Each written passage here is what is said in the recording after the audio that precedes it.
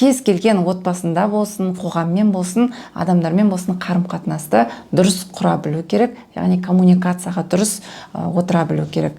И әрине каждый әйел адам жасай білу керек нәрсе ол өзінің организміне инвестиция. Яғни каждый раз сіз бала босанған кезде дұрыс тамақ іше алмай қалуыңыз, немесе уақытында дұрыс көңіл бөлмей тамақ ішуіңіз, перекустар көп жеуіңіз, уақытында витаминдеріңізді ішуіңіз, яғни уақытылы базовый чекап тапсыруыңыз, бұлардың барлығы өзіңіздің организміңізге жасалатын қамқорлық. Егер осы нәрселерді сіз жасамайтын болсаңыз, онда өкінішке орай сіздің организміңіз сыр беріп, кейін енеңізге, күйеуіңізге, туысқандарыңызға керек болмай қалуыңыз мүмкін.